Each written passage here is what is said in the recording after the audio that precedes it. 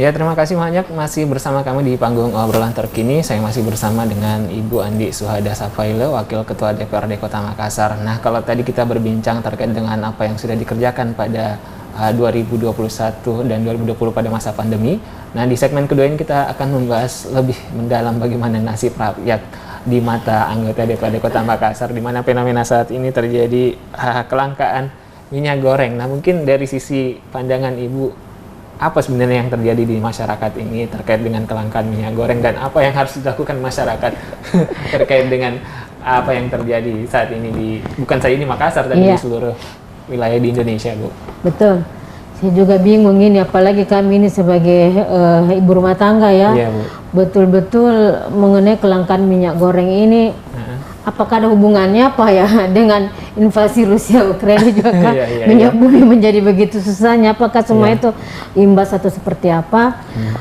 Saya melihat ini memang sebenarnya kalau lewat media ini aja saya minta yang bagi para penimbun, kasihan dengan kondisi sekarang ini.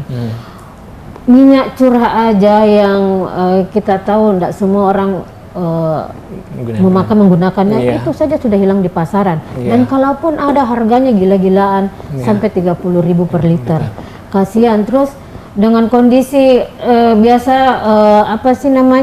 supermarket itu membuat pasar murah, itu pun menjadi masalah. Dengan kondisi sekarang pandemi ini pada berkumpul kan, ngantri, kasihan, akhirnya ada yang tidak dapat, tapi dalam kondisi berkumpul itu kan juga sudah bahaya. Jadi maksud saya tolonglah bagi para penimbun minyak goreng ini, minta tolong supaya hati nuraninya dibuka. Dan kami juga tidak henti-hentinya dari Komisi B ini meminta kepada Disdak, Diperindak supaya dari kemarin saya sudah bilang berapa kali, kami memang pernah meninjau untuk sidak ya semua toko-toko. Memang di setiap ininya nggak ada lagi telasa untuk minyak goreng, itu nggak ada. Kami minta supaya Disperindak di sini berfungsi dengan baik.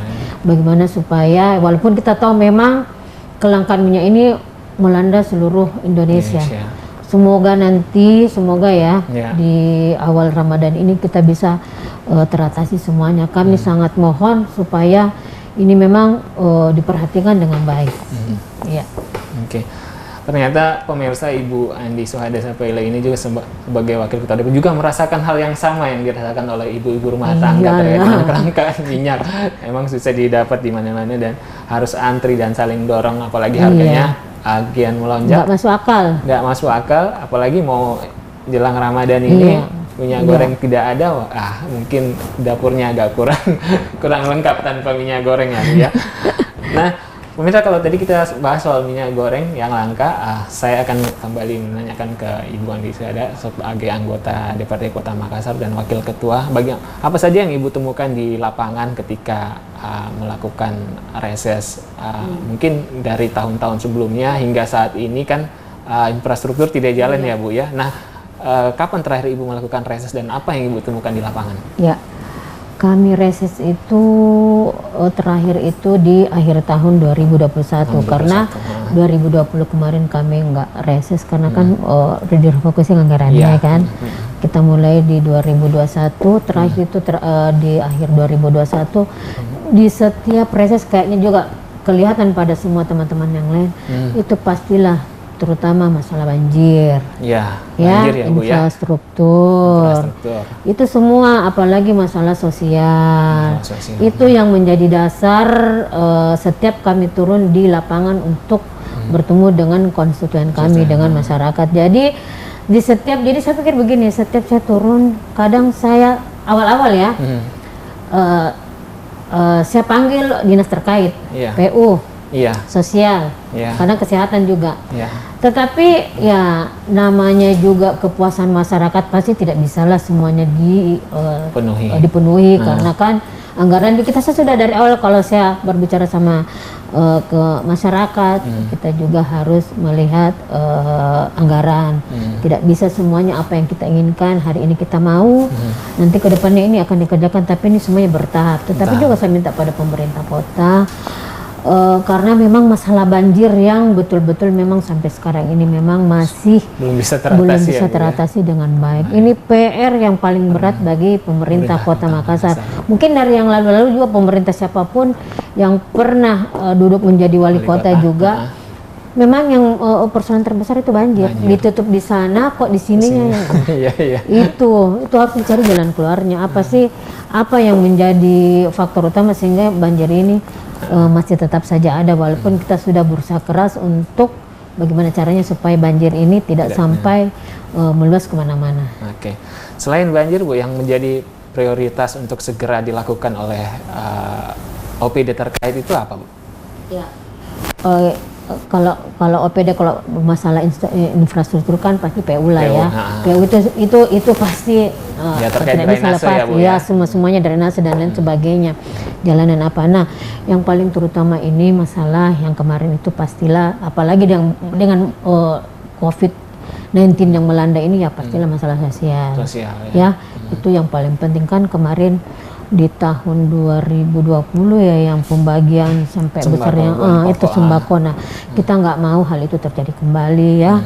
Tidak sesuai apa yang kita keluarkan dengan refocusing yang kami keluarkan, terus di lapangan kok seperti itu, kasihan ya. Nggak tepat sasaran ya, Bu, ya. Banyak nggak tepat sasaran. Nah, disinilah fungsinya dari dinas sosial itu untuk mendata lebih bagus lagi.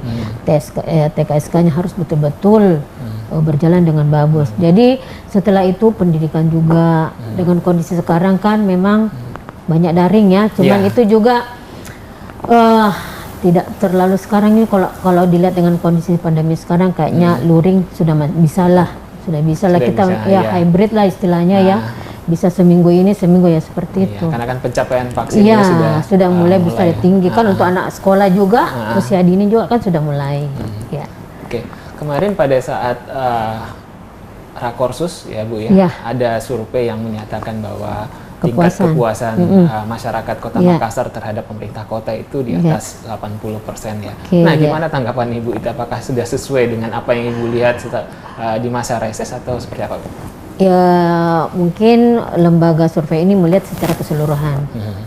Kalau kami turun ke bawah kan, mungkin kalau dikumpul-kumpul di tempat ini memang tingkat kepuasan, misalkan di wilayah saya Dapil 1 Rapocini, mungkin di situ taruhlah kepuasannya terhadap pelayanan di kecamatan mungkin 50, tetapi di kecamatan lain Makassar contohnya mungkin 70.